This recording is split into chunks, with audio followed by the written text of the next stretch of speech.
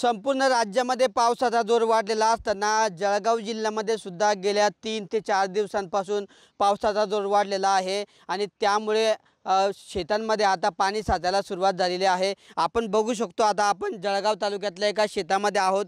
या ठिकाणी गेल्या 3 ते 4 दिवसांपासून सततचा पाऊस सुरू असल्यामुळे शेतामध्ये अशा प्रकारे पाणी साचलेलं आहे। आपण जर दृश्यांमध्ये बघितलं तर या ठिकाणी आपल्याला लक्षात येऊ शकतं की जवळपास गुडघाभर एवढं पाणी या शेतामध्ये साचलेलं आहे। गेल्या 3 ते 4 दिवसांपासून संपूर्ण राज्यामध्ये पावसाचा जोर वाढलेला आहे। त्याचप्रमाणे जळगाव जिल्ह्यात सुद्धा जोरदार पावसाने हजेरी लावलेली आहे। कुठे संततधार तर कुठे मुसळधार अशा पद्धतीने गेल्या 3 ते 4 दिवसांपासून जळगाव शहरामध्ये सलग पाऊस सुरू आहे आणि त्यामुळे अनेक जळगाव तालुक्यातल्या जळगाव जिल्ह्यातल्या अनेक शेतांमध्ये पाणी साचलेलं आहे। राज्यात सर्वत्र दमदार पाऊस होत असून जळगाव जिल्ह्यामध्ये आतापर्यंतचा जर विचार केला तर 340 मिलीमीटर एवढा पाऊस हा आता जुलै महिन्यापर्यंत झालेला आहे। एकंदरीतच दरवर्षीचा जर विचार केला तर 25 जुलैपर्यंत हा 276 मिलीमीटर एवढा पाऊस होत असतो। मात्र आतापर्यंत जवळपास 123% पाऊस हा जळगाव जिल्ह्यामध्ये झालेला असून 340 मिलीमीटर एवढा पाऊस झालेला आहे।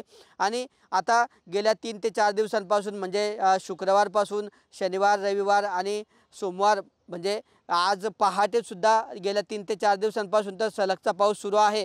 मात्र आज पहाटेपासून सुद्धा या ठिकाणी पाऊस सुरू आहे आणि त्यामुळे गेल्या 3 ते 4 दिवसांचा सलगचा पाऊस सुरू असल्यामुळे अशा पद्धतीने शेतांमध्ये आता पाणी साचलेलं आहे। गेल्या काही दिवसांपासून पावसाचा जोर हा वाढलेला आहे।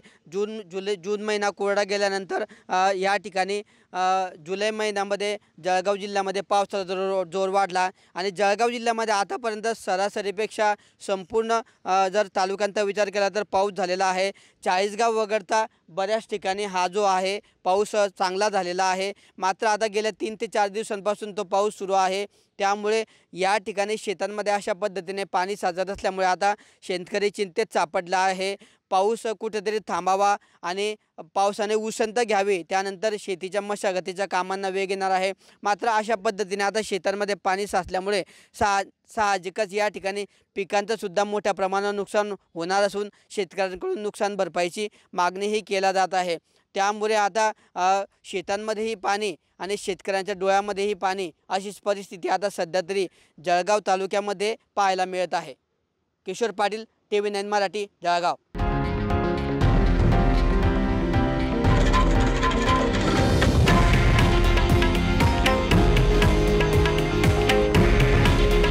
हे आहे देशातील नंबर 1 न्यूज नेटवर्क आणि आपण पाहत आहात TV9 मराठी। काळजी तुमची, हित महाराष्ट्राचं।